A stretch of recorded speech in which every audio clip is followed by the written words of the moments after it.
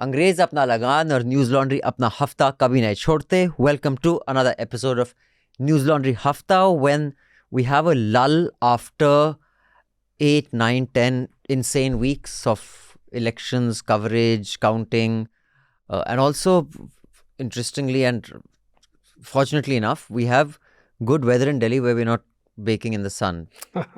It's below 40 for the first time this entire June. But the politics is still not over. Priyanka Gandhi. Yes, of course, that aspect is there. Manisha is on leave, a much-deserved break, so which is why she's not here. She'll be back joining us after 3 weeks. I will not be with you next week for 3 weeks. So we'll have Shardool hosting Hafta next week. So Shardool, please make sure you crack as many uncle jokes as I do. Okay. So let me introduce the panel to you first. Joining me in the studio is our very own colleague Shardool Katyayan. Welcome, Shardool. Hello. And I am not center right. You're not center right. Why? Someone described you center right? Last week. Oh, they did? Okay, fine. You're described by different people in different ways. But Shardool is also working on several Let's Talk About podcasts. Then our editor-in-chief, Raman Kirpal. Hello. Now joining us on Zoom from... You are in London, right? I'm in London, yes. Okay, great. Because for us Punjabis, anywhere in UK is London. so I just want to make sure I'm accurate since this is a show of journalists. So, one must be accurate. Andrew Whitehead. Thank you, Andrew. Pleasure. Andrew is a historian, he's a lecturer, a freelance journalist. He had been with the BBC for 35 years as a correspondent, a presenter, and editor of BBC World Service News. He is an honorary professor at the University of Nottingham and a visiting professor at Asian College of Journalism, where we have many of our colleagues from. So thank you, Andrew, for making the time. And also joining us online is Nirupama Subramanian. Welcome, Nirupama. Thank you, Abhinandan. Nice to be back on Hafta. Yes, a familiar face on Hafta. She has, in fact, you wrote some very interesting pieces for us. Was it last week, the week before last? Did I read that? On Jammu? On yes. Jammu, yes. Jammu, yes. Yeah. So she writes on India's foreign policy and national security issues. Her career has spanned over 3 decades in print. Nirupama has also worked with the Times of India, The Hindu, Sunday Observer, and India Today. And now she is writing for us, and we're fortunate. So thank you for joining us. Now that Hafta has gone behind the paywall, I will again pitch for the Chhota Hafta listeners for the full uncut episode on, because many of you wanted the full cut on video. We will give you the full cut on video, but that is only for subscribers.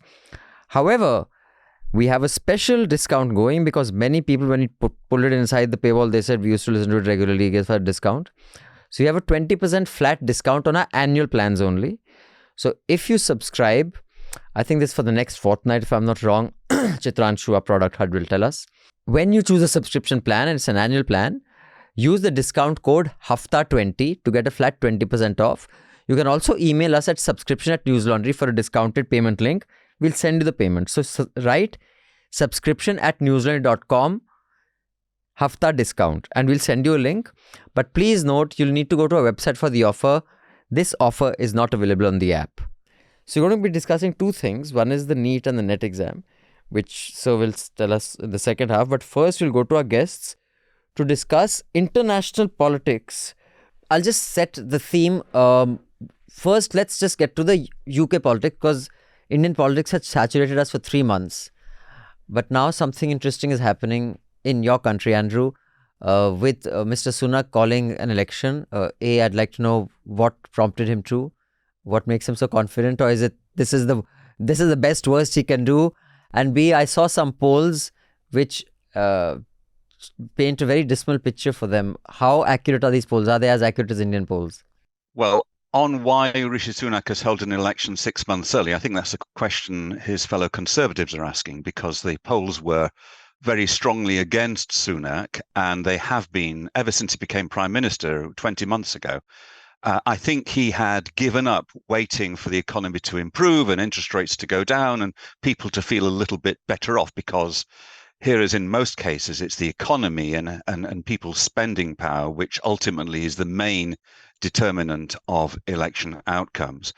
And are the polls accurate? Well, I think it's fair to say they're more accurate here than they are there. And is that right? Every single opinion poll, for I mean, well over a year, longer than that, has put the Labour opposition at a considerable lead. In fact, some of the polls that came out in the last day or two have suggested that the Conservatives could face the sort of humiliation that Congress faced in India a decade ago. They could be reduced to under 100 members of parliament. They could lose 3/4 or more of their MPs. I'm not sure it's going to be that bad.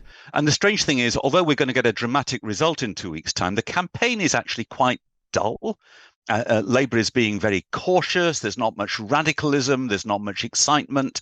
But the Conservatives and Rishi Sunak, they are on the way out. I see. So you said because he's sick of waiting for the economy to recover, but there had to be some reason to call them early, because the more time you buy, something could happen. Some international event could impact the election, or I don't know, but many American commentators said that fine, Obama won and all that, but had Lehman not happened, it's likely Obama would not have won, because that led to a lot of disgruntlement through the Republicans. So maybe some black swan event could have saved him, or it's that gone. So there is. I mean, many Conservatives have said you should wait to be Corbyn-like for something to turn up, because there's no point going when you're going to face a drubbing. I think one of the things that influenced Rishi Sunak is trying to take his rivals by surprise, not simply the Labour Party, but there's a new right-wing challenger, Reform UK, which wasn't quite getting into gear and probably would have been disadvantaged, at least that was the thinking, by a short notice snap election. I just don't think that has worked for the Conservatives. The other thing is, I think I agree with Andrew that it was a bit of he hoped to make good of a surprise factor. And, I was just thinking about some of the similarities between our elections and theirs, in the sense the Reform UK party that he mentioned. The head of that is Nigel Farage. Nigel Farage. And he has, in fact, taken on Rishi Sunak himself. I mean, he has alluded to his foreign roots. He's called in almost the same manner as Modi did in Banswara, referring to Muslims as infiltrators and people who breathe fast. And not using the same words, but alluding to immigrants and who don't know British culture. They don't know the history of this place and so on. So it is a kind of deja vu when I saw that. And also, as I can't resist saying this, the polls that have predicted a rout for Conservatives are giving Labour something like 460. So 400 par. So someone is up ki baar 400 par, even if it's not a Modi ji. Someone is. Modi, yeah, someone is 400 par. It's happening in the UK. 400 par is happening in the UK. Yeah. And also, I don't know if you want to take that up in a later question, but that's going to frame the India-UK relationship in a different way, perhaps.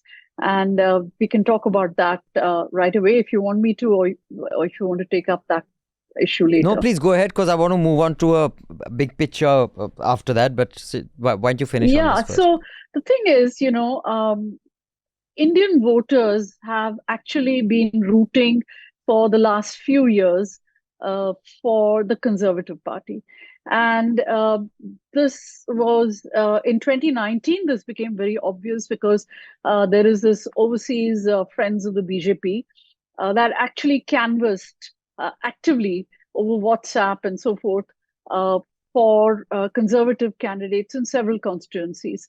And also there were the Leicester riots in 2022, in which Hindus and Muslims battle each other, and this was the worst rioting in the UK for many years, maybe 50, 60 years. And so all those things have kind of seeped, Indian politics has seeped into seeped into Britain's politics, and this has been a big worry over the last 2-3 years for the British polity, in fact. Now, recently the G7 was hosted, and that video has gone viral of Meloni giving Macron this death stare while she greets Prime Minister Modi very warmly. Often I find unnecessary snarkiness from the Ministry of External Affairs here towards Trudeau. There is, I don't see any obvious political reason, but there is a lot of trashing other countries' leaders these days. And of course, the media joins in. So since we have, two journalists who have extensively covered international relations, is this a post-social media phenomenon is my question, the larger question. What does this mean? And I'd like to start with you, sir. You think politics has become a lot of, demonstrative, posturing for an Indian audience while trashing overseas, but it actually has no impact on foreign relations. Those remain intact no matter what you're saying. I think the diplomatic, reaction to whatever Canada said was basically determined by the domestic politics. Here is the leader. The elections were nearby. They were in 2024, and he wanted to make Vishwa Guru, the theme as one theme which is going to they're going to use it in their publicity during the elections. That will be the main thing. That is the main thing. Achhe din is gone, development is gone. So in case of Canada, where we do not have, in terms of trades, it's not very. We are not significant importers of maple syrup. Yeah. So, 70% of which is produced by Canada. So it was not so much relevant. So I think this is where Canada took the hit. Convenient punching bag. So which is not so in case of the US, like there also. Yeah. The extradition is happening, and India has not reacted as harshly as they have reacted towards Canada. No, and there are some Democratic senators who want strong diplomatic response, and they've said so publicly. But yes, India's response hasn't been as prickly as it was in case of Canada. I think it was basically the part of the domestic politics. Whatever the diplomatic reaction that we had towards Canada. Right, now let's come back home to more domestic things, sir. This NEET exam controversy today, NDT was covering it wall to wall, with Rahul Gandhi's press conference and all the protests happening. And not the NEET, but the NET has been cancelled, which impacts 9 lakh people. What is the difference in the two? And how big a political impact do you think this makes? Because at least, and I guess because we know more doctors than we know farmers, the amount of texts I have got in the last 1 week, 10 days from friends, family, friends of family who had said, tell my mother, Nikku is doing journalism. Has he taken up this issue? Dude, the numbers in the farmers' protest was in the hundreds of thousands. But I don't recall getting more than half a dozen texts saying, are you guys covering this? Whereas here, I'm not sure what the protest numbers are. I must have got at least 50 to 60 texts from people I know personally saying, are you taking this up? Why is it a big deal? And what is the difference between NET and NEET? First of all, we have already done one town hall, with the students who had appeared for this exam, NEET and EET. And we intend to do 2-3, deep dive stories. So we are going to work on it. It will take a little time, but we will definitely, we are on this story. Okay, the NET is National Eligibility Test. Mostly the postgraduate students who aspire to be lecturer, or who also aspire to, pursue their higher studies. They get some kind of scholarship if they pass this exam, and they are also eligible for the teacher's post at the university level. When I started, I was the first batch. So to be a teacher, you have to have passed this exam at a university level. Even government school. So you will be considered for the post of teacher. And when it was introduced, it was known as Junior Research Fellowship, JRF. and I was the first batch of JRF. Oh, really? 1984, I think. So you have a JRF certified teacher giving you gyan. It's not just BA pass me. All the trolls who say BA pass. You're right, I'm BA pass, but you're wrong. I'm BA pass, not English. I'm BA pass economics. But we have a certified NET certified teacher here. So I passed that exam, and I was the first batch. So this is 9 lakh people had appeared for this exam. Now let us talk about the second exam, which is NEET. But धांधली तो उसमें हुई थी ना? NET में भी धांधली पकड़ी गई है. That is the latest. There's pachda in both. NET is the latest. NEET was going on for the past 15-20 days. So they've cancelled one but not the other. The first one, the NEET, 23 lakh students had appeared for this exam. Okay, and the seats are around 25,000. Right? Then for the first time, the NET and NEET have gone like this. You ask why NEET is like, because it's a class thing. One, they have access to you. Poor farmers don't have access to you. So that's why you are getting more messages. But of course, like, and other thing is, in India, doctors are considered near I think God, yeah. the breed closer to God than us mere mortals. Yeah. I think between God and Narendra Modi, the doctors are there. No. See, 23 lakh students appearing for this exam. So first of all, you need to understand that how many families are involved. 23 lakh students means... So that means 23 into 5. It's crores, So 2.5 million into 5. So you're talking about, close to a crore. This is and friends, lamba circle milake, it will go into... Direct impact is 3 to 4 crore people. And it's an era of coalition politics now, when Modi is running a coalition government.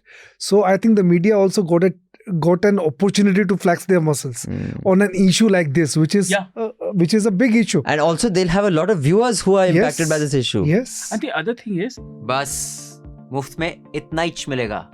For the full uncut podcast, subscribe to Newslaundry and pay to keep news free. The best way to listen to the Hafta and indeed all our podcasts is through the Newslaundry app. You can download the app by clicking on the links given in the show notes. So do download our app and get the best podcast experience. And also pay for news and support a new news media ecosystem that Newslaundry is trying to encourage, where we are accountable to you because we run on contributions that you make. We don't take government ads, we don't take corporations ads, so that news serves the public, because when the public pays, the public is served. Subscribe to Newslaundry, click on the link in the show notes below and proudly say, I pay to keep news free.